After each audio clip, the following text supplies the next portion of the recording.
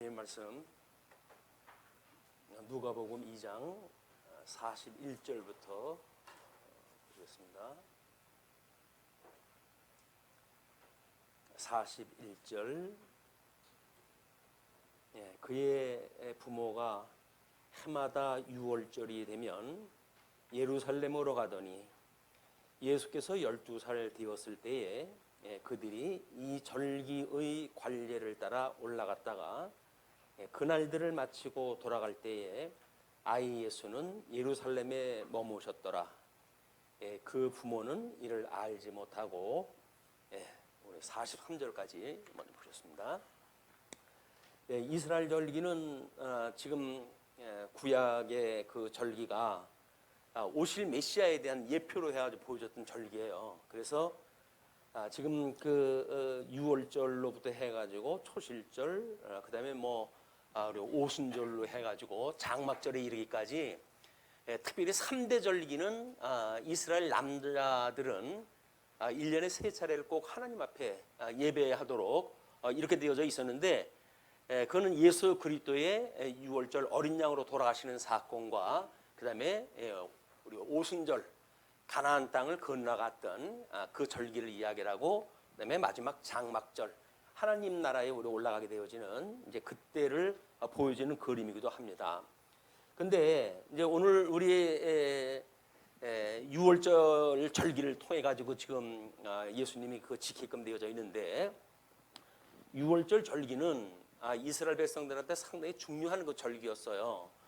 그래서 가나안 땅 건너가 가지고 그 출애굽을 했을 때에 하나님께서 애굽의 종로로 타고 있던 이스라엘 백성들을 열조의 기억을, 언약을 기억을 하시고 그들을 불러내셨다고 하는 사실을 늘 기억하게 하시기 위해 가지고 이제 가나안 땅에 들어가게 되면 그 6월절을 지키도록 하나님께서 이렇게 명령하셨는데, 이스라엘 백성들은 하도 게을러 가지고 6월절을 지키지 못했어요.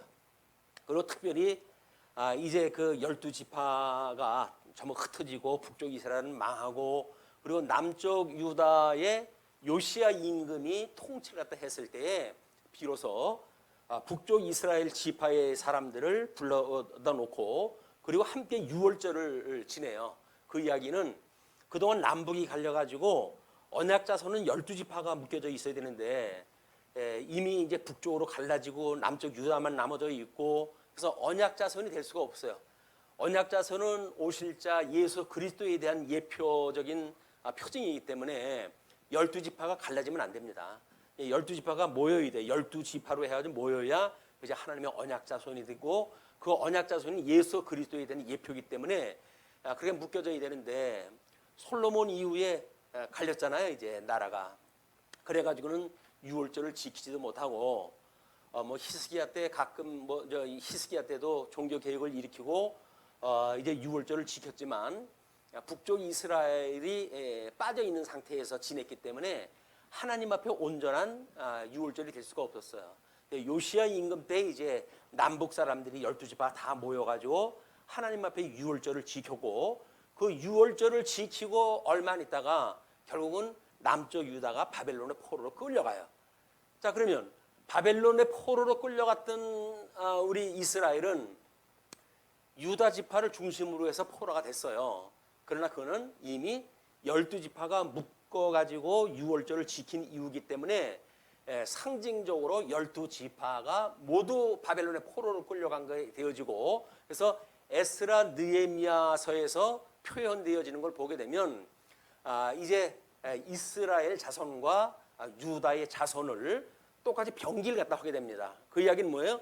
그쪽에 있는 사람들이 숫자와 상관없이 12지파가 다 포함되어졌다는 거죠. 그래서 그 사람들이 이제 다시 유대 땅으로 돌아왔을 때 6월절을 지키게 되어지고, 그리고 우리 이제 예수님이 실체적으로 6월절을 지키는데, 이 실체적으로 6월절을 지키기 전이에요. 이건 이제 공생애의 시작이 이전이기 때문에, 공생애가 시작되어지기 전에 사역으로 이제 당신이 메시아라고 하는 사실을 증거하는 내용인데, 그 사역으로 증거하는 내용 중에 오늘 우리가 확인할 내용이 한쪽 가로 1번에 절기를 지킴으로 증거하는 내용이다. 그렇게 이야기를 했어요. 그러면 이제 공생의 전입니다. 공생의 전에 예수님이 오셔가지고 어떻게 구약 성경에 언약되어져 있는 절기를 지키는가? 그것이 이스라엘 백성들한테는 마땅히 해야 될 일들이에요. 그런 거 해야 될 일들이기 때문에 유다인의 남자 같은 경우는 태어난 후 8일째 할례를 받는다고 그랬잖아요. 그럼 우리 지난 시간에 우리 예수님이 이제 할례를 받는 것 이거를 확인했다 했어요. 그래서 그 할례를 받는다는 이야기는 하나님의 계약의 아들이라는 이야기입니다. 할례를 일단 이스라엘 백성들은 아브라함한테 할례를 주셨기 때문에 할례는 언약 자손이라고 하는 표현이에요. 그걸 이제 계약의 자손이다. 하나님이 특별히 계약 맺었던 그런 그 자손이라고 해가지고 할례를 받은 사람들을 이제 이스라엘 백성들은 할례 받은 백성들이기 때문에 자기네들이 하나님의 특별한 선택받은 백성이다. 이렇게 이제 믿고 있던 사람들이에요. 그래서 구약 시대 때 그 율법과 규례를 지키는 데 있어서 할례를 받았다는 이야기는 계약의 자식이라고 하는 계약의 자손이라고 하는 거를 이제 의미를 가지고 성장해가는 일입니다. 어린 나이에 성장돼가는 그 과정 중에서는 할례 받은 백성들은 끊임없이 계약 백성이라고 하는 그거를 염두에 두고 이제 살아가게 되어지는 거죠. 그런데 오늘은 유월절을 지키는 거거든요. 그러니까 이 유월절은 공생에 전해 드리는 그런 그 유월절인데 이스라엘 백성들한테는 이제 13세가 되면 언약의 아들이라고 이렇게 이야기를 했잖아요. 이게 계명의 아들이라고 하는 뜻이에요. 계명을 받은 그러니까 출애굽이 되어졌던 사람들이 시내산에서 모세가 율법을 받고 그 율법을 받은 백성이라는 거예요. 그러니까는 우리가 이제 신약 성경에도 마찬가지로 섬에 이제 우리 예수님을 믿고 주는 그리스도시고 살아계신 하나님의 아들입니다라고 신앙 고백을 하게 되면 우리는 교회에서 그를 세례를 베풀게 돼요. 그 세례를 베푼다는 이야기는 당신은 이제 예수님하고 한 몸이 되어진 겁니다. 그 이야기예요. 죄로부터 죄의 종로로부터는 당신이 예수님의 구속사역을 믿음으로 해가지고 당신은 거기서 출애굽이 됐습니다. 그 이야기예요. 우리 유월절을 지켰던 그런 의미죠. 그래서 세례를 이제 받고 성도로 살아가잖아요. 성도로 살아가는데 성도가 살아가는 그 과정을 우리가 성화의 과정이라고 이야기를 하거든요.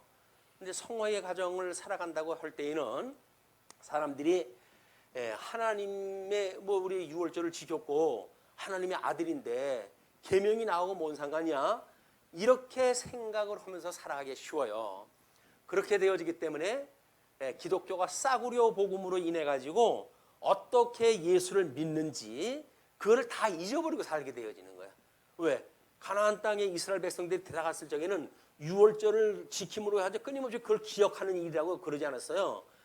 마찬가지로 주님의 몸된 교회 성도가 된 사람들도 예수 그리스도의 구속사역을 잊어버리는 것, 칭의의 은혜를 잊어버리고 사는 사람들을 흔히 구원파라고 이야기를 하는 거예요. 우리는 구원받았기 때문에 더 이상 아무것도 필요가 없어. 이렇게 이제 소위 생각하는 사람들이거든요. 근데 그렇지는 않습니다. 주님의 몸된 교회에 들어온 성도들은 말씀으로 성례로 그리고 기도로 은혜를 우리가 끊임없이 받고 그런 거를 제대로 지키는지를 보는 것이 교회 표지라고 이렇게 이야기를 했어요. 그 교회 표지도 말씀, 성례, 그다음에 권징이라고 하는 세 가지를 제대로 하는가 안 하는 걸 봐가지고 저 사람들은 온전한 교회인가 교회가 아닌가를 분별할 수가 있는 거예요. 그러니까는 성도가 잘못 살았는데도 불구하고 권징이 없다. 그렇게 이야기를 하게 되면 구원받처럼 그거는 참다운 교회가 아니라는 이야기예요.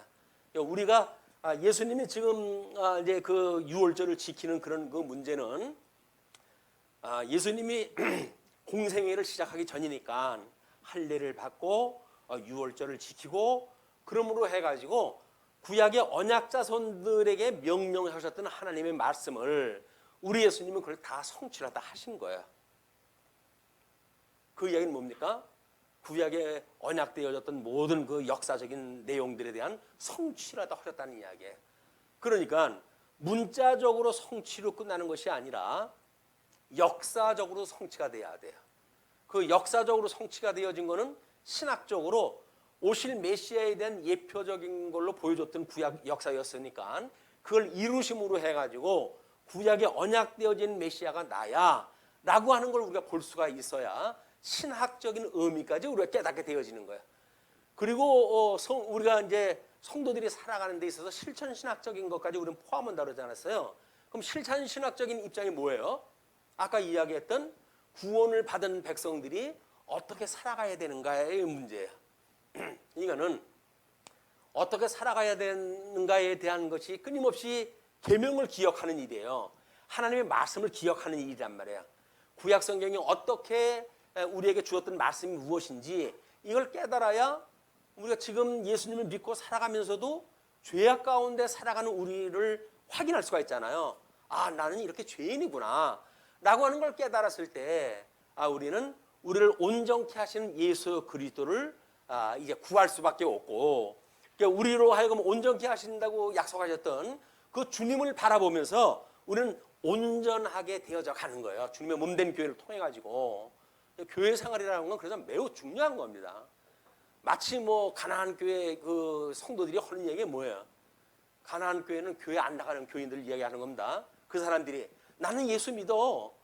그럴 때 나는 하나님의 자녀야 라고 이야기를 하는데, 그것이 과연 주님의 몸된 교회의 생활을 통해 가지고 확인되지 아니하는 믿음이라고 하는 그 이야기는 허상이라는 말이에요. 허상. 마치 이스라엘 백성들이 할례 다 받고, 그리고 유월절 출애굽을 할 때 유월절 받고, 그리고 정작 가나안 땅에 들어가 가지고는 유월절을 안 지키는 백성들하고 똑같은 거예요. 그러니까 결국은 이제 하나님께서 북쪽 이스라엘을 멸망시키고 남쪽 유다는 바벨론의 포로로 끌어가게 하고, 그리고 이제 그들로 하여금 돌아올 마음을 주셔가지고 돌아오는 자들로 하여금 하나님 자녀가 되어지는, 은혜의 참여가 되어지는 회복의 역사를 해가신 거거든요. 주님의 몸된 교회에 주님께서 이렇게 예표적으로 보여줬던 사건들은 우리들에게 끊임없이 성도들의 삶에 대한 귀감을 보여주는 일들이기도 해요. 그래서 뭐 윤리가 하나님 말씀만 들으면 자동적으로 하나님의 뜻대로 살아간다 이렇게 이야기를 하는데, 뜻이 무엇인지를 모르고 어떻게 그 뜻대로 살아가겠어요? 자칫 잘못하게 되면 율법주의에 빠져가지고 그렇게 하나님의 뜻대로 살아간다고 생각이 들죠. 그거로부터 이제 탈율법화 되어지니까 그러면 이제 내 마음대로 산다고 되어지는 거예요. 나는 예수를 갖다 믿기 때문에 어떠한 것도 나는 이제 저촉할 수가 없어. 누구도 나를 다시 고소할 수가 없는 거야 라고 이야기를 갖다 해가지고 자기가 마치 서 있는 것처럼 착각이 되어지게 되면 그걸 방종자라고 이렇게 이야기를 하는 거예요. 우리는 율법으로부터 자유를 입었던 자유인들이 됐어요. 이제 자유인이 됐어요. 그 자유인이 되어졌는데, 율법으로 자유인이 되어져 가지고 얻게 되어진 자유를 육체의 기여로 삼게 되어짐으로 해가지고 스스로 죄의 종이 되어지는 웃지 못할 일이 벌어지는 거예요. 성도들한테. 우리가 이제 그 예수 그리스도를 믿는다고 하는 그 이야기는 예수님을 믿음으로 우리가 율법으로부터 자유로웠고, 그리고 우리를 온전케 되어져 간다고는 믿는 거거든요. 그 두 가지가 다 믿어지는 거예요. 그래서 칭의나 성화나 다 믿음으로 우리가 얻게 되어지는 겁니다. 근데 그 칭의는 믿는데 성화는 믿지 않는다라고 하는 그런 그 이야기는 말이 안 돼요. 이걸 이제 우리 예수님께서 몸소 우리한테 실천해서 보여주신 사건이에요. 구약의 하나님의 뜻이 무언가, 언약 백성들한테 주님께서 뭘 명하셨는가, 그를 예수님께서 친히 이 난지 8일 만에 할례를 받고 12살에 이제 이거는 이제 13세가 되면 우리 언약의 자손이 돼가지고 공회원이 될 수도 있고 성인으로 인정된다 그러지 않았어요? 그때하고 지금은 연령 차이가 달라요. 그때는 14세에 보통 결혼을 갖다 하고 그랬기 때문에 지금 우리가 알고 있는 개념으로 보면 이게 무슨 뜻인지 모르게 됩니다. 그래서 인문학적으로 우리가 성경을 본다든지 구약 성경을 자칫 현대적 감각을 가지고 해석을 하게 되면 꽤나 많은 오류가 만들어지게 되어지는 거예요. 그래서 요즘 신학이 점점 현대화 되어져 가면 되어져 갈수록 상당히 합리적으로 설명을 갖다 해가요. 그래서 그 사람들은 우리는 전천년설을 믿잖아요. 근데 요즘 대개의 교회는 전천년설을 믿지 않습니다. 그럼 뭘 믿을까요? 무천년설을 믿어요.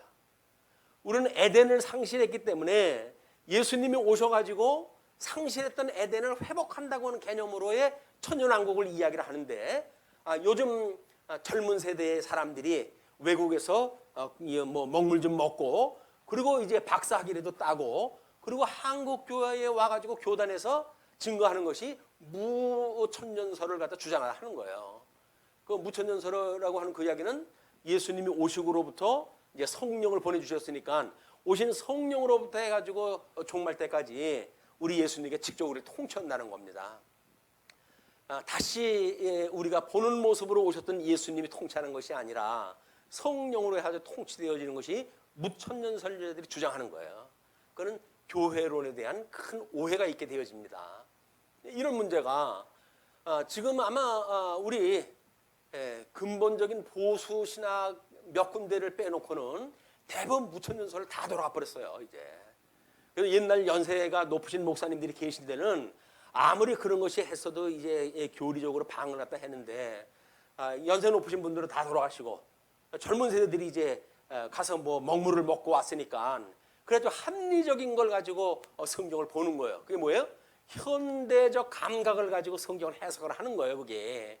그래서 우리가 성경을 현대에 들어와 가지고 젊은 목사님들이 써놓은 책들을 잘못 보게 되면 대부분 현대 신학 쪽으로 빠져갈 수밖에 없어요. 연세가 높으신 분들이 기록을 한 이 교의서라든지 이런 걸 보게 되면 우리가 안전하게 지켜질 수 있겠으나 그렇지 않게 된다고 한다면 책을 많이 읽는데 오히려 그것이 곁길로 가게끔 되어지는 거예요. 그래서 우리가 이런 실천신학적으로 어떻게 적용해야 되는 문제는 매우 중요하다. 이렇게 이제 생각을 하게 되어지는데, 오늘 예수님은 그렇게 해가지고 12살 때 이제 가게 되어진 거 아니에요? 12살에 가게 되어진 거는 미시나라고 하는 데에서 1, 2년 전에 미리 성전에 가봐야 한다는 규정이 있어요. 그 규정에 의해 가지고 12살 때 예수님이 올라가시게 되어진 거예요. 그래서 41절에 42절에 예수께서 12살 되었을 때에 그들이 이절기의 관례를 따라 올라갔다. 이렇게 이야기가 되어지는 겁니다. 예수님의 이 12살 때까지의 기록 이외에는 공생애 될 때까지는 중간에 어떠한 그 역사적 사실도 남아있는 게 없어요. 왜 하나님께서는 이렇게 12살서부터 30세에 이제 공생애가 시작이 되어지는데 약 18년의 역사를 성경에서 빼버리셨을까? 매우 중요한 거예요. 왜? 성경에서 기록되어져 있는 그거를 무시하고 우리가 추론을 갖다 해들어간다든지 이런 거를 하나님께 맡게 하시기 위해서 그렇게 하신 거예요. 12살까지만 이 사건만 구약성경에서 요구했던 것이 무엇인지 그것만 모형적으로 보여주고 그걸 성취한 사건까지만 보여주고 나머지에 된 건 실체적으로 공생의 생활을 하시는 거로부터 다시 성경 기록이 되어져 가요. 그래서 우리가 성경을 이해할 때 우리가 이제 뭐 구약성경을 이해하는 것도 마찬가지입니다. 구약성경 이외에도 많은 그런 외경도 있고 그러잖아요. 이제 그 외경이 있고 또는 뭐 신약성경에 넘어와서도 자칫 다른 그런 그 외경들이 있어요. 가끔가다 이제 뭐 우리 가룟 유다가 뭐 썼다더니 뭐 이런 그 책을 갖다 이야기를 해가지고 교계가 시끄럽고 이제 그렇게 되어지거든요. 왜냐하면 성경 신학이라고 하는 것이 뭔지를 몰라서 그래요. 그냥 무조건 오고 고대에 기록되어진 고전이다 라고 하는 거에 방점을 찍으면 그건 인문학적인 접근이에요. 고전이라고 하는 데에서 우리가 이 가치를 갖다 주니까. 근데 그때에 수많은 그런 그 복음서들을 썼어요, 사람들이. 누가도 처음에 그렇게 이야기를 하잖아요. 많은 사람들이 그걸 추적해가지고 기록을 했다. 자기도 이제 그런 예를 따라가지고 했다는 거 아닙니까? 그러나 397년의 성경, 신약성경 27권을 어떤 것이 과연 하나님의 말씀이냐라고 하는 것을 하나님께서는 주님의 몸된 교회를 통해 가지고 결정하게 했어요. 그것이 바로 우리가 성경의 정경화라는 이야기예요. 그러니까 우리가 교회에서 이야기했던 성경의 정경화, 신약성경 27권 이외에는 어떤 것도 가치가 없어요. 성경으로 가치가 없는 거예요. 그게 성경 신학적인 접근이라는 겁니다. 성경을 보고 우리가 1.1에도 감하거나 덜할 수 없는 이 말씀을 중심으로 봐야지, 고전을 중심으로 해가지고 뭐 그걸 뭐 박사학위를 가지고 철학을 갖다 했고 동양학을 연구했다고 하는 그런 아주 유명한 사람이 강론을 갖다 한다고 해가지고 예수를 믿는 사람들이 거기에 빠지면 안 되는 거예요. 예수 믿는 사람들은 성경을 믿어요. 성경의 말씀을 믿어야지 쓸데없이 어떤 그런 인적 그런 권위에 이렇게 빠져가지고 그 사람이 나보다 나은 사람인데 나보다 나은 모릅니까? 하나님의 말씀을 갖다 안 가르치는 사람인데, 이걸 우리가 분명히 하고 신앙생활에 초석을 삼아야 되는 거예요. 이 말씀만 우리는 하나님의 말씀이라고 이렇게 배워야지, 세상에 뭐 옷, 뭐 이거 뭐 우수마발에 대한 모든 것들을 다 우리가 뭐 설립을 갖다 하고 그걸 가지고 예수를 믿는다는 이야기가 아니에요. 예수를 믿는다는 이야기는 성경에 계시되어진 예수님을 믿는다는 이야기예요. 우리 그 예수님이 12살 때 성전에 올라가심으로 해가지고 우리한테 그걸 보여주신 거예요. 구약 성도의 사람들은 이렇게 신앙생활을 하는 것이 하나님의 기뻐하신 뜻을 따라 신앙생활을 하는 거였어. 그 이야기예요. 그러면 이제 그 뒤에 어떻게 해서 이제 그 사건이 전개가 되어지는지 이렇게 됩니다. 이제 그 43절에 예루살렘에 예수님은 머물렀고 그 부모는 이를 알지 못하고 동행 중에 있는 줄로 생각하고, 왜냐하면 지금 예루살렘으로부터 우리 저 갈릴리 지역까지 가야 되는 거 아니에요.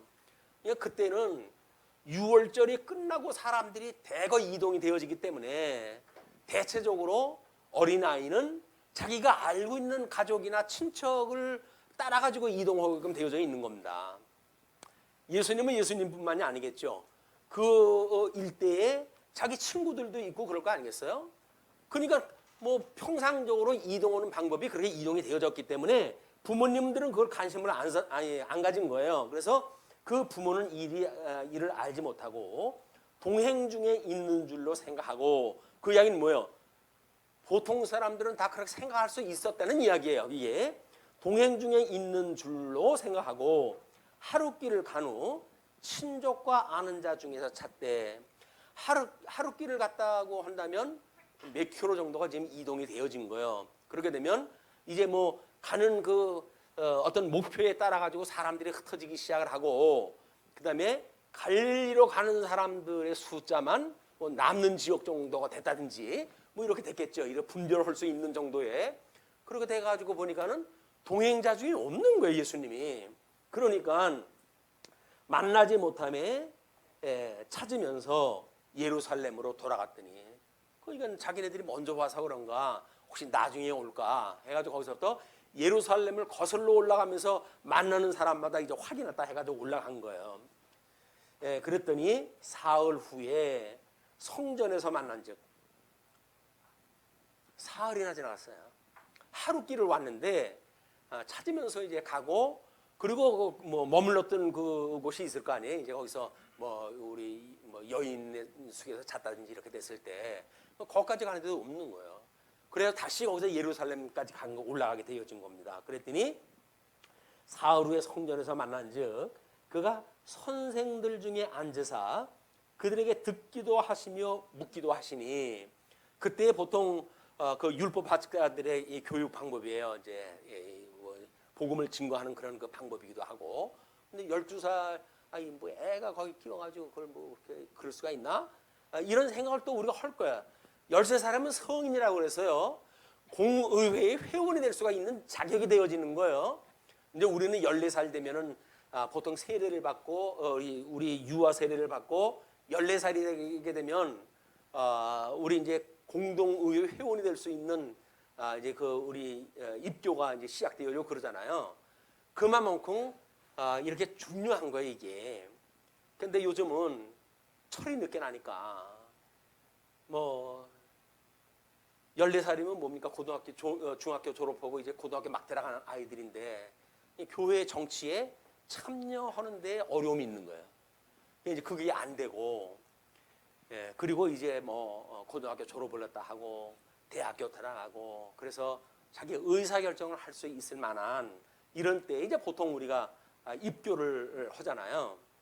뭐 나라의 정치에 투표권이 있을 때 선거권이 있는 그런 그 연령을 기준으로 해가지고 그렇게 한다고 그러면 세상 정치도 그때 하는데 교회 정치도 그때쯤 우리가 입교를 갖다 해가지고 교인으로 우리가 함께 일을 갖다 하자. 뭐 이런 배려가 있는지 모르겠어요. 그러나 어린 나이서부터 훈련이 되질 않으면 의미가 없어요, 사실은. 왜냐하면 어린 나이서부터 이런 절차를 따라가지고 그때 부모님 손에 끌려가지고 공동의회를 참여하고 교회 정치를 다 배우고 그렇게 해야 이것이 눈에 보이는 성경 이외의 그다음 교회 생활을 통해서 배워야 되는 이런 정치적인 일들을 우리가 배울 수가 있는 거거든요. 그게 얼마나 중요한지도 우리가 깨닫게 되어지고. 그런데 요즘은 그것이 별로 가치가 없어가지고 이제 뭐 나이 먹고 이렇게 해가지고 이제 입교가 되어지니까 그때도 우리 공동의회 외에는 우리가 공동의회적인 요소가 있는 회의에 젊은 사람이 잘 참석을 하지는 않습니다. 이게 우리 한국 교회에 여러 어려움이 있을 때에 교회가 성도들을 회집을 갖다 해도 모이지를 않고 그러면 공동의회를 갖다 모이려면 3분의 2 이상이 모여야 되거든요. 그런데 지금 어린 나이의 학생들은 전부 지금 공동의회 회원이 된 거예요. 회원이 됐는데 참석을 안 하냐? 3분의 2 모일 수가 없어요. 그러니까 공동의회가 불가능한 거예요, 이제는. 어린 나이의 학생들이 전년 총지에 참여를 안 하기 때문에 우리 그냥 나라의 정치처럼 그냥 무조건 하고 뭐 50%가 되든 40%가 모였던 그 사람이 투표하면 그냥 된다라고 하는 건지 하면 모르겠으나 교회에서는 3분의 2 이상이 모여야 돼요. 공동의회를 하려면. 이 회의가 회집이 안 되는 거야. 그래가지고 또 이제 그거를 뭐 특별한 회의를 갖다 하기 위해 가지고 이게 뭐 당회에서 교적 정리를 갖다 하고 뭐 그렇게 해가지고 하게 되면 또 이제 자기적인 그런 그 결정이 돼버리게 되어지고 주님의 뜻을 우리가 묻는 데에 매우 어려움이 있다. 우리 아셔야 돼요. 지금 뭐 참석하라는 이야기가 아니라 참석하지 않으면 이런 후유증이 만들어질 수밖에 없다는 거예요. 그리고 교회 어려움이 만들어진다는 이야기는 뭐예요? 다 공동회에 참석하지 않은 사람들로 인해 가지고 나타나는 현상들이에요. 그게 자기 의사 결정권이 있는 사람들이 참석을 안 하니까 어떻게 하겠어요, 그게? 그러니까 그때는 참석하는 사람들끼리 우물쭈물 갖다 될 거 아니겠어요? 그 사람들도 모이지 않으면 당에서 몇 사람이 모여가지고 우물쭈물 해가지고 결정하면 될 거 아니겠어요? 그러니까는 뭐 이렇게 직임을 받은 사람들 마음대로 교회가 굴러가 버리고 마는 거예요. 교회가 이렇게 타락이 되어져 가지고 세상 사람들이 교회를 우습게 여기고 이런 우리가 무시를 당하면서 살아가고 있다. 교회의 수치는 곧 교회원인 우리들의 수치란 말이에요. 너 예수 믿는다며 예수 믿는 사람 꼴 보니까 너같이 믿는다고 한다면 너 예수 안 믿어 라고 이야기하는 거나 똑같은 이야기예요. 우리가 그런 이야기를 들으면서 예수 믿을 수가 없잖아요. 이게 예수 믿는다는 것이 얼마나 고상한 그 일인데 이거를 세상 사람들한테 손가락질을 받아가면서 신앙생활을 한다는 이야기는 정말 수치예요. 수치. 성도로서 수치로운 거예요. 이거는 우리가 정말 하나님 앞에 회개하고 그리고 정말 성도로서 돌이키는 이런 역사적인 대반전이 없으면 이 소망이 없어요. 이거를 지금 한국교회가 과연 어떻게 해결할 것인가? 정치적으로 해가지고 이제 우리 지금 코로나19 문제로 해가지고 정치적으로 해가지고 뭐 벌금을 낸다 어쩐다 이렇게 하니까 이제 그때 와가지고 이제 너희들 지금 우리 무시하는 거야? 라고 해가지고 이제 성질 내는데 이미 세상 사람들이 다 염려하는 교회예요. 정치권에서 그러면 그 말 안 듣고 어떻게 하겠어요? 신사적으로 그런 그 일들을 적응도 못하는 사람들한테 어떻게 하면 되겠어요?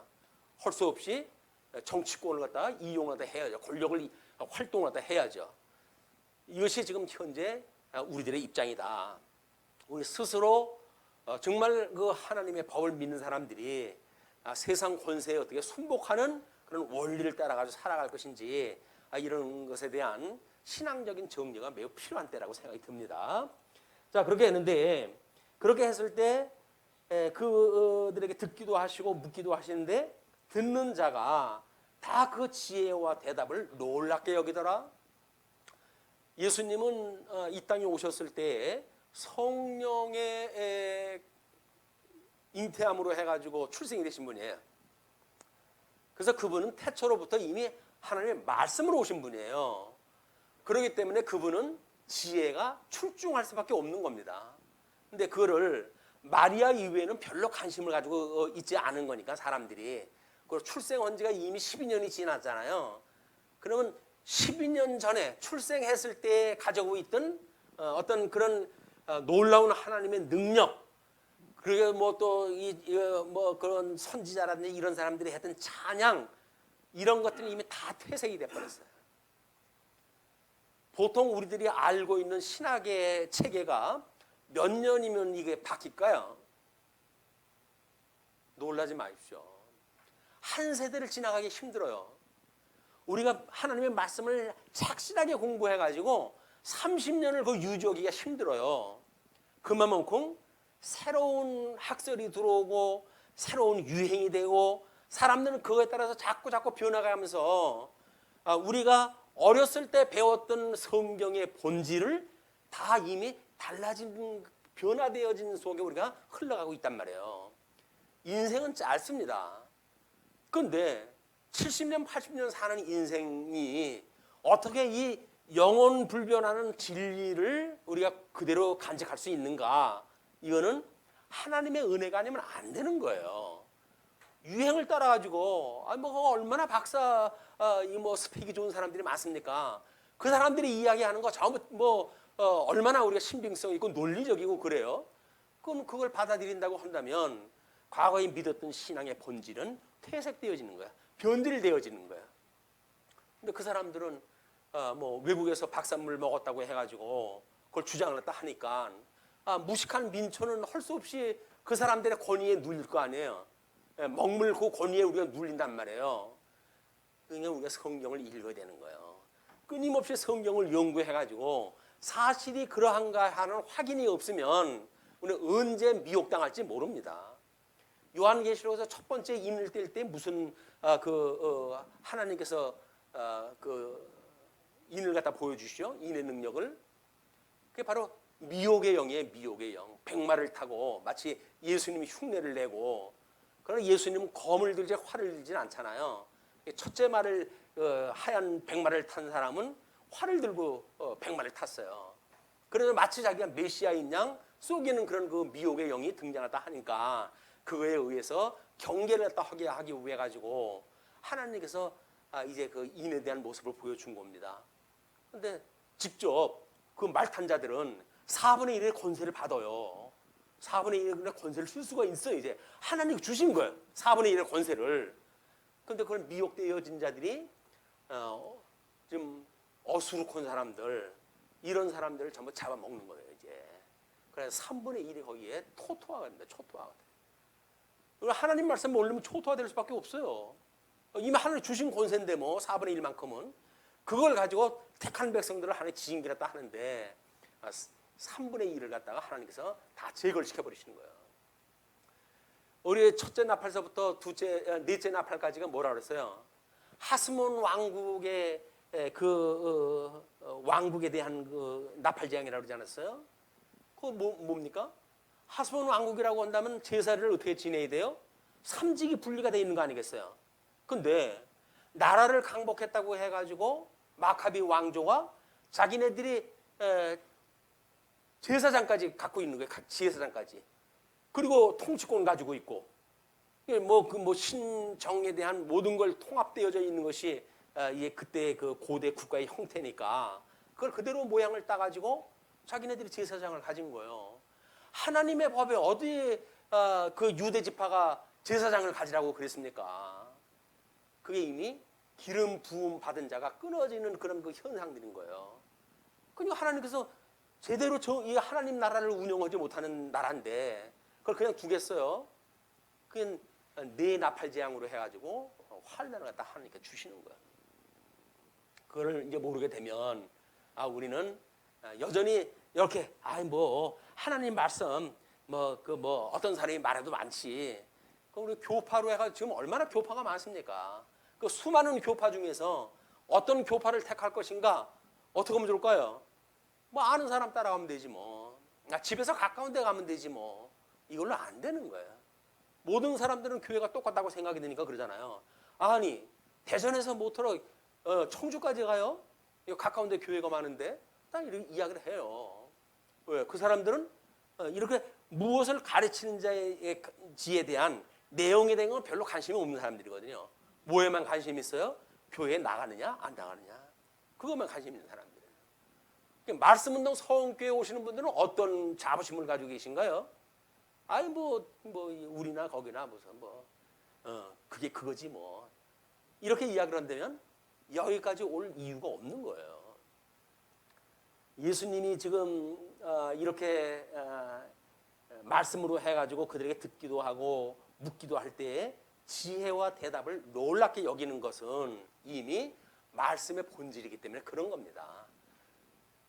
공생애는 아직 시작이 안 됐어요. 그럴지라도 그 아주 그 현자들만 모여져 있는 그런 그 곳인데도 불구하고 예수님의 그 지혜와 대답을 놀랍게 여겼다. 그의 부모가 보고 놀라며 그의 어머니는 이르되 아이야 어찌하여 우리에게 이렇게 하였느냐. 보라 내 아버지와 내가 근심하여 너를 찾았노라. 근심했죠.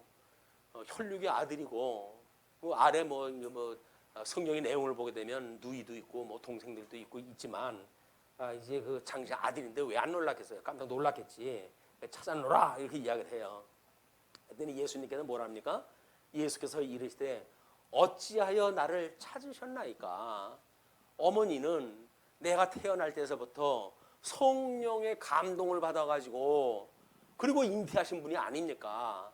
천사가 나에 대하여 이제 이름을 예수라 하라. 이는 자기 백성을 저희 죄에서 구원할 자이심이라 이렇게 해가지고 천사의 말을 들으셨던 그 분이 그리고 목자들이 와가지고 찬송을 갖다 하고 그 능력을 다 보여줬고 그리고 많은 사람들이 할례를 받을 때 그렇게 어마무지하게 찬송을 갖다 한 내용들을 우리 어머니는 그걸 다 들으시고 마음에 두셨던 분 아닙니까? 마음에 두셨던 분. 다른 분이라면 모르지만 어머니는 마음에 두셨다고 그랬잖아요. 그때 예수님이 그걸 지적을 갖다 하는 거예요. 그러면서 어찌하여 나를 찾으셨나이까? 내가 내 아버지 집에 있어야 될 줄을 알지 못하셨나이까 하시니 본질적인 질문인 거예요. 이제 하나님의 백성을 그들이 가지고 있는 죄에서 구원할 자이신 하나님의 아들로 왔다고 하는 나를 어머니께서 나를 믿지를 않는다는 거예요? 잊어버리고 있는 거예요? 이런 그 이야기가 우리가 죄에서 구원받았다고 하는 우리들이 과연 하나님의 자녀라고 그러잖아요. 우리 하나님을 아버지라고 불러요. 이제 그럼 하나님을 아버지라고 부르는데 정말 그분이 아버지라고 믿어져서 아버지라고 부릅니까? 그래서 그분이 우리들은 일거수일투족 우리 머리털까지 세신바가 되어졌다고 하는 그 아버지가 사실일까요? 그게 성경에서는 그렇게 이야기를 하는데 나는 그렇게 믿지는 않습니다. 그럼 뭘 믿나요? 그냥 그냥 아버지라고 그러니까 그렇게 해야 또 세례를 준다고 그러니까 그냥 내 소견대로 한 것이 아니라 그때 보여줬던 교리를 가지고 그렇게 대답했을 뿐입니다. 우리는 그렇게 대답하는지 몰라요. 그런데 사실이 그렇다 할지라도 우리는 이쯤 와서는 내가 정말 그 아버지를 어떻게 믿지? 이런 걸 우리 한번 검토를 해볼 필요가 있잖아요. 이건 마리아만 책망 들을 일이가 아니잖아요. 지금 어린 그 예수님이 한테 마리아가 책망을 듣는 일인데 그 예수님은 지금도 우리들한테 그런 질문을 다 할 거예요. 내가 정말 하나님의 아들이라고 믿니? 그러니까 내가 너를 구속을 했다 했고 그러므로 내가 믿는 그 아버지가 나의 아버지가 너의 아버지라고 인정하는 거야? 라고 질문을 할 거라고요. 그 질문에 대해서 우리는 어떤 대답을 가지고 신앙생활을 할 수가 있을까요? 여전히 요식적? 아니면 그냥 이건 실질적인 거예요. 그래서 우리가 에덴 동산에 있었던 걸 실체적인 언약이라고 그랬고 예수님이 와가지고 이루시는 사건을 실체적 성취라고 이야기를 한 거예요. 왜? 에덴 동산에서 행연약으로 인해 가지고 이제 에덴에서 쫓겨났고, 그리고 죄의 종로로 탈고 살던 우리들이기 때문에 예수님이 실체적으로 우리를 구원하신 것, 그 실체적이라는 이야기는 영적으로 신령하게 우리에게 생명을 주신 것, 그걸 믿는 걸 예수를 믿는다는 이야기예요. 예수를 믿는다는 건. 예수님을 믿는다는 이야기는 신령한 영적으로 예수님과 한 몸이 되었다는 이야기입니다. 예수님과 증거도 우리가 약혼을 했다는 이야기예요. 그래가지고 이제 세상 끝날까지 약혼자로 살아가다가 우리 있을 거할 집이 다 완성이 되면 예수님이 우리를 데리러 올 거거든요. 그 예수님을 끊임없이 우리가 사모하고 기다리고 있는 신부로서, 약혼녀로서 우리가 살아가는 성도인 것을 우리가 잊어버리면 안 되는 거예요, 이게. 근데 그런 감각이 없으면 우리는 그냥 뭐 일상적인 생활하다가 주일날 교회 오는 것, 그것이 예수 믿는 우리가 신앙생활이라고 하는데 그건 안 그래요. 신앙생활이라고 하는 이야기는 교회에 있든 가정에 있든 직장생활을 했든 어떤 사회생활을 하든지 간에 그 안에서 우리는 예수 그리스도가 우리의 정말 신랑 되시는 분이라고, 그래서 우리가 증인되어진 거 아니에요. 증인이라는 이야기는 내 남편이 예수야 라고 하는 거란 말이에요. 그런데 그걸 주장을 하십니까? 내 남편이 예수님이라고 주장을 하십니까? 왠지 더 좋은 남편한테 기회를 갖다 놓칠 것 같아가지고 꼭꼭 숨겨놓죠. 내가 예수 믿는 걸 알리지 마라. 이순신 장군도 아니고. 예수님을 믿는다는 이야기는 우리가 예수님의 신부라는 이야기, 신부. 그분하고 나하고는 한 몸이에요. 비록 약혼자를 여기다 두시고 지금 집을 지으러 아버지 집으로 갔지만 그분은 때가 되면 나를 데리러 오신 분이다. 그분을 사모하는 마음 때문에, 그분이 하나님이신데 그 약속을 변치 않으실 분인 걸 믿고 우리는 신앙생활을 해가는 거란 말이에요. 얼마나 우리 신앙생활이 정말 생동감 있는 신앙생활이 될까요? 주님이 언제 오실래나, 이제나 오실래나, 저제나 오실래나. 고난이 당할 때면 고난이 당할 때마다 그런 생각이 들고, 기쁨이 있으면 기쁨이 있을 때마다 그 생각이 들고 하는 것이 예수를 믿는 사람들의 일이라고 보여집니다. 자, 그런데 그러면서 그 부모가 그가 하신 말씀을 깨닫지 못하더라. 부모가 다 깨닫지 못해요. 아버지는 원래 뭐 관심 없었던 사람이니까 그렇다고 치더라도 엄마는 이러면 안 되지. 엄마는 이러면 안 되는데 성경에 부모가 하신 말씀을 깨닫지 못했대요. 그런데 예수께서 함께 내려가사 나사렛에 이르러 순종하여 받드시더라. 순종해가지고 받들어요?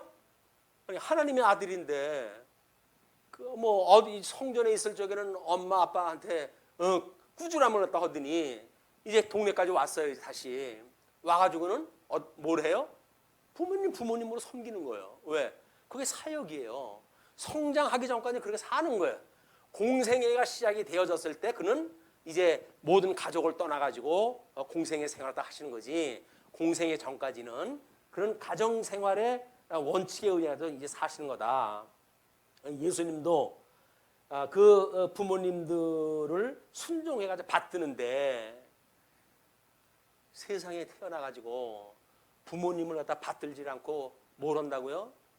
내가 왜 부모님 말을 들어야 돼요? 나도 머리 다 크는데 이제 내 뜻대로 살도 되지. 이제 난 독립할 나이가 된 겁니다. 라고 하는 세속적인 걸로 판단을 하게 되면 그건 예수 믿는 사람이 아니란 말이에요. 세속적인 게 뭐예요? 세상에 보편적으로 뭐 성장하게 되면 독립하고 다 그렇게 사는 거니까. 그러나 예수님의 그런 믿는 성도로서는 우리가 그 부모님들에 대한 것은 끊임없이 순종하고 받드는 거예요. 받드는 게 받들 봉.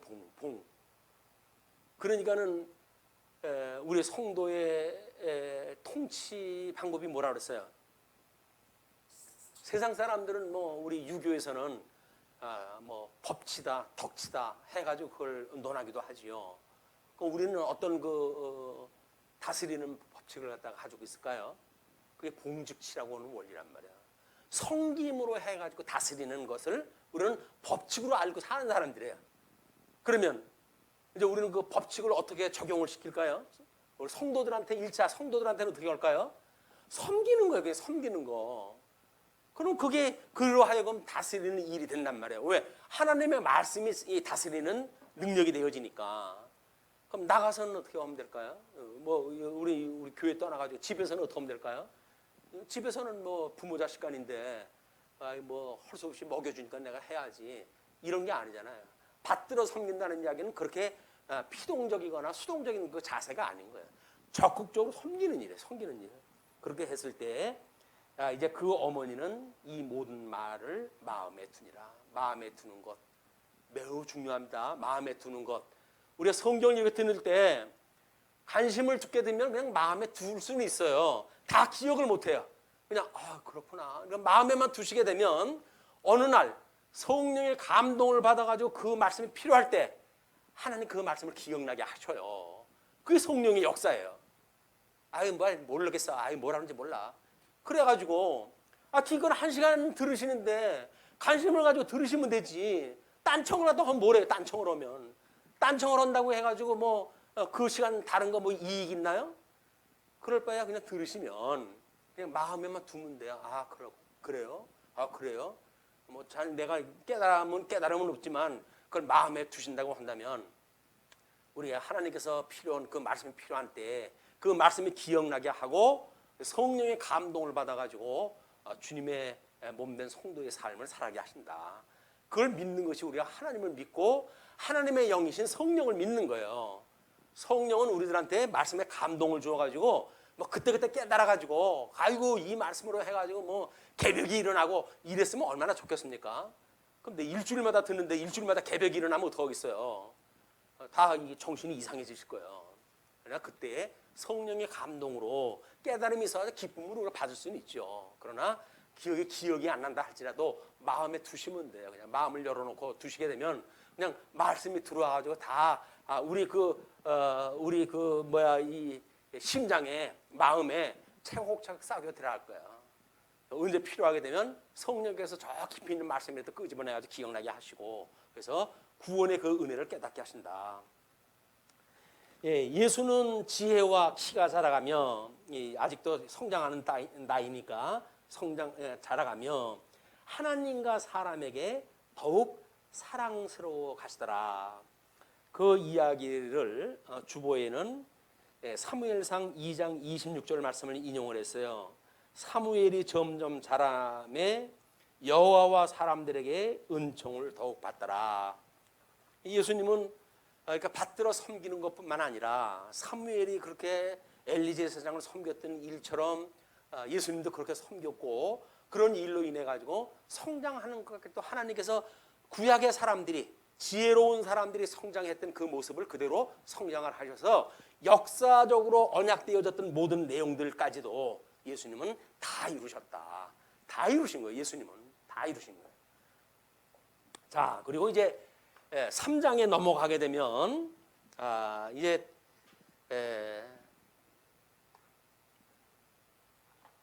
이렇게 시작이 됩니다. 3장 넘어가게 되면 요한에게 수세함으로 증거되어지는 내용이 나오는데 3장 1절로 6절 요한의 사역에 대한 배경이 소개가 되어져요.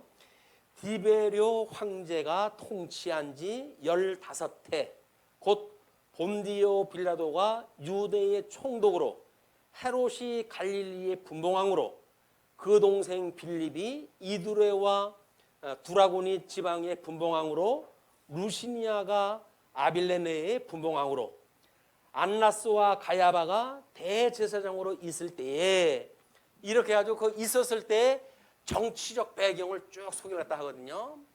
근데 요한계시록 우리가 공부하고 보니까 이 배경이 무슨 배경이에요? 결국은 요한계시록 배경이에요.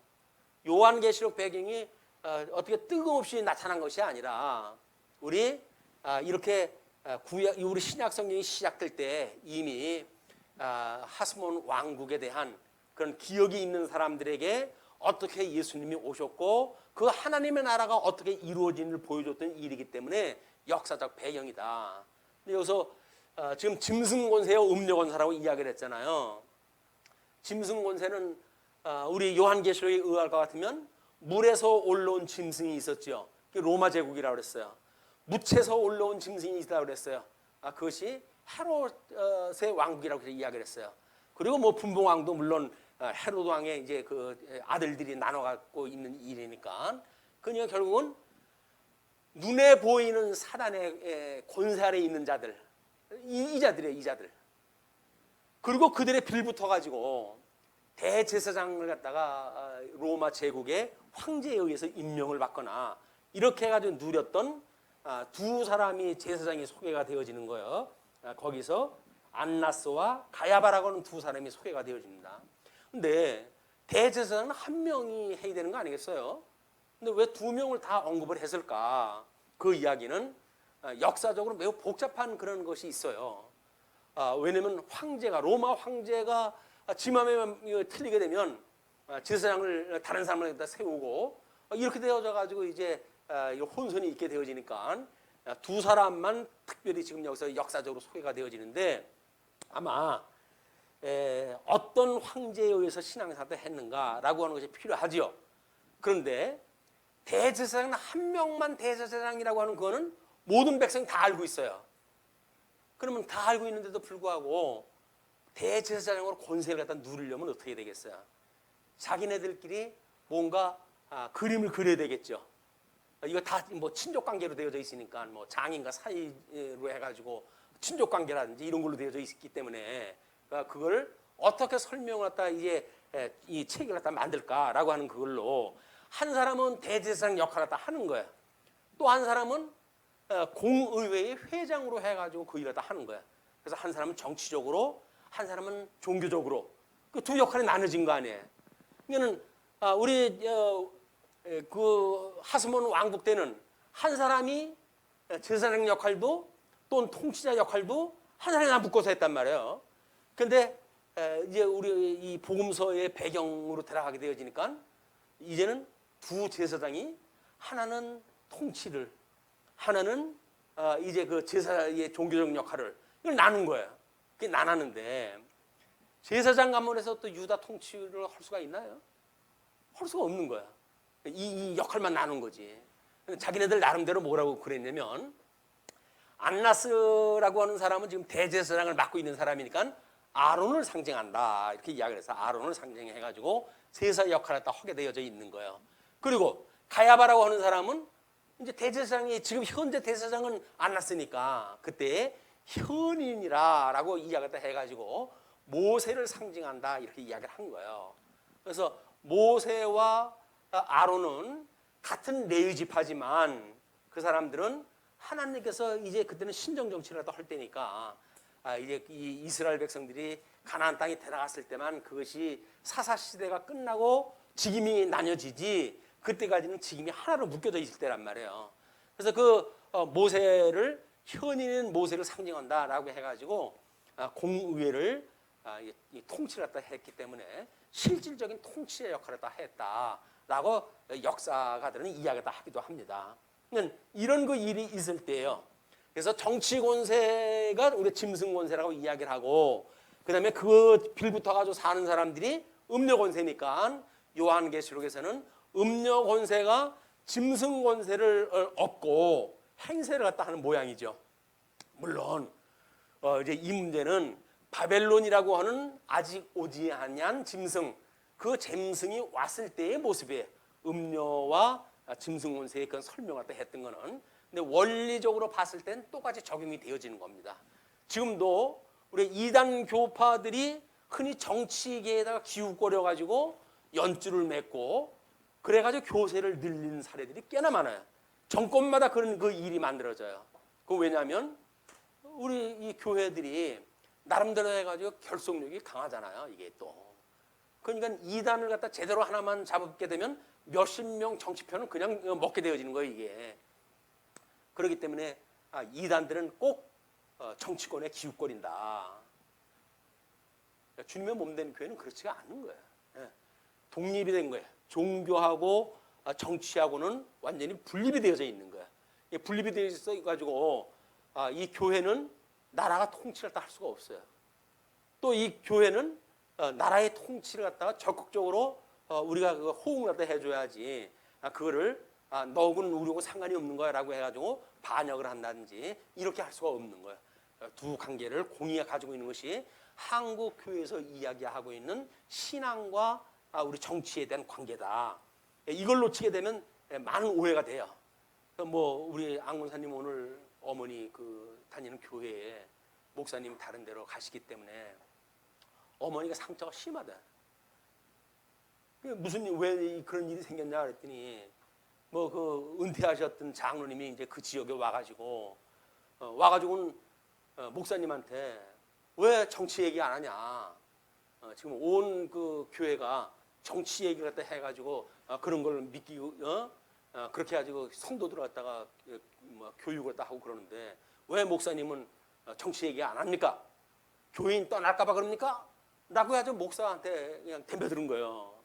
그러니까 목사님이 장로님 교회에서는 그런 정치의 편을 들어가지고 이야기하는 거 아닙니다. 그렇게 이야기하다 했더니 그 장로님이 예이 나가버렸대요. 그래가지고 그러니까 교회가 술렁술렁 할 거 아니겠어요. 그래가지고 그냥 그 어머니가 그리고 좋았던 그 뭐 관계고 장로님도 근데 벼랑가 무슨 정치 얘기 안 했다고 해가지고 목사하고 틀어져가지고 교회 나가버리니까 상처가 되어진 거야. 가뜩이나 건강도 이제 별로 안 좋으신데 그래가지고 위로차 가셨어요. 교회 강단에서 정치 이야기 한다는 이야기는 원리를 설명할 때에는 우리가 다 알고 있는 현상이니까 가끔 예를 들 수가 있겠죠. 그러나 그것이 이래야 된다 저래야 된다 해가지고 정치 이야기 하는 것이 아닙니다. 교회에서 무슨 어떤 정치 얘기를 하는 것이 정상적인 걸로 이야기하는데 그렇지가 않아요. 다만 우리들이 알고 있는 정보들이니까 그것이 원리적으로 어떤 오류가 있는지 그걸 우리가 깨닫게 하기 위한 수단적으로 우리가 되어지지만 그걸 비판하거나 뭐 동조하거나 이런 걸로 해가지고 정치 이야기 되면 안 된다. 이게 지금 그 이야기예요. 음력원세와 짐승권세 두 개가 공이 하나님의 나라를 왜곡시키는 일들이에요. 왜곡시키는 일들. 하나님의 나라가 어떤 것인지를 갖다 일부러 비진리의 세력들이 왜곡을 시켜가지고 하나님 나라라고 하는 건 이런 거야 지금 보여준 거 아니에요. 근데 예수님이 오셔가지고 그건 안 돼. 그래가지고 세상 권세를 다 멸하시고 예수 그리스도가 세우시는 하나님의 나라 그것만이 성경에서 이야기하는 하나님의 나라란 말이에요.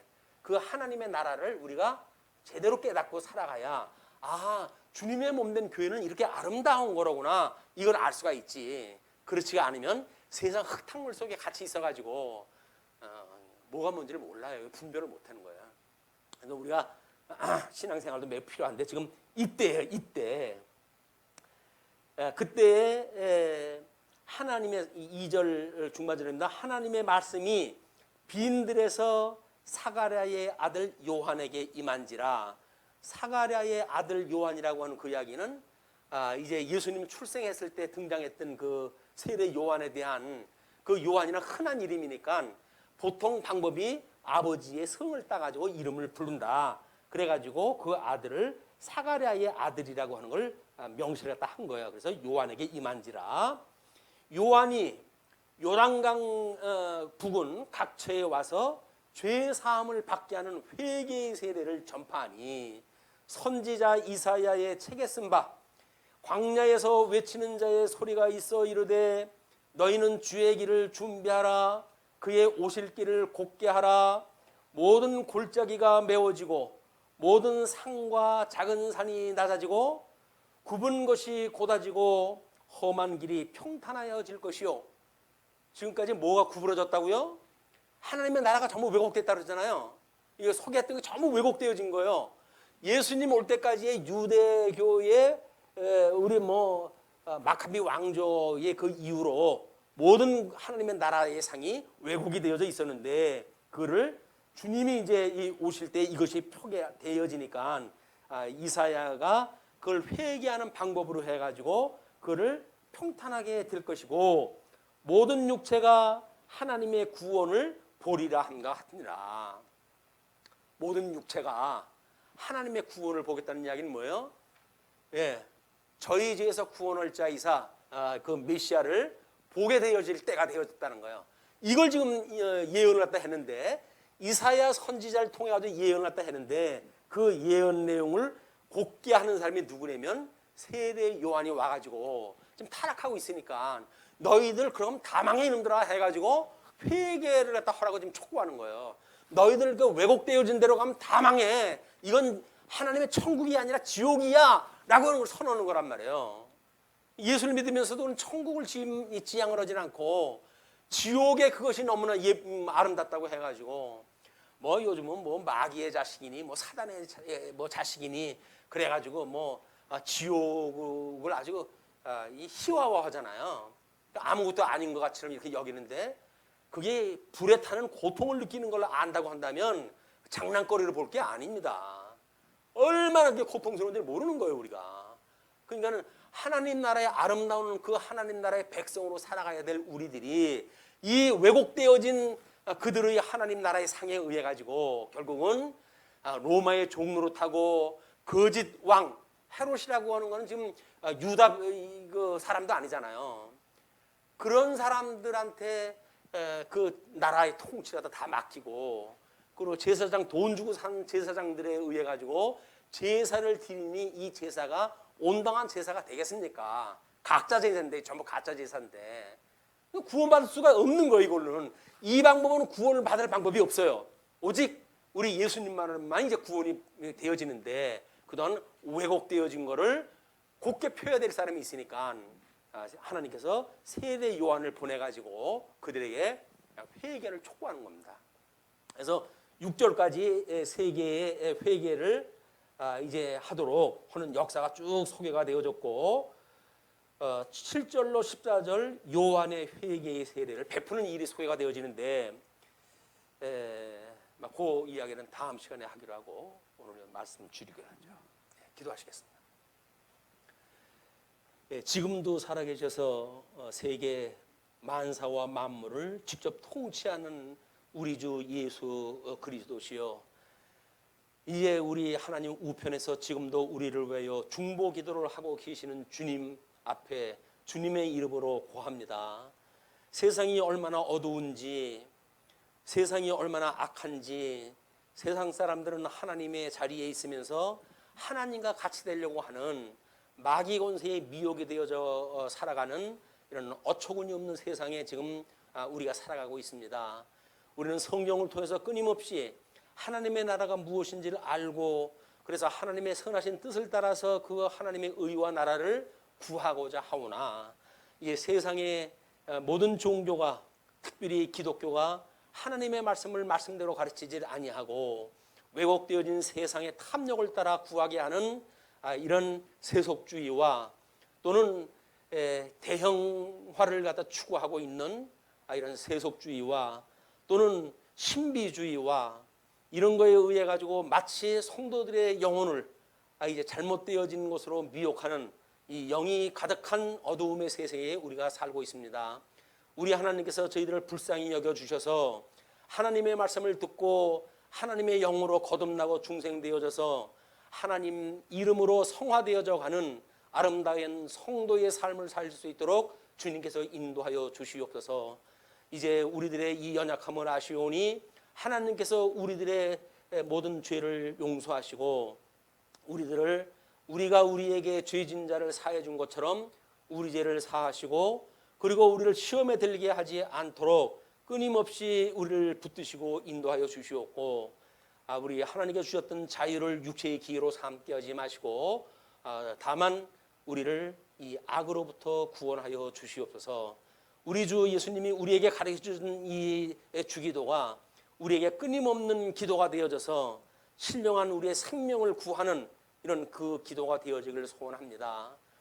우리 하나님의 그 말씀이 귀한 줄 알고 말씀운동 서원교를 허락하셨고 그래서 이 말씀운동 서원교를 통하여서 진리를 전승하고 보수하는 사명을 감당하기 위해서 때로는 연보로 때로는 말씀으로 때로는 기도로 또는 받은 은사를 따라서 이 모양 저 모양으로 섬기는 성도들 위에 우리 주님 크신 은총이 함께 하시기를 빕니다.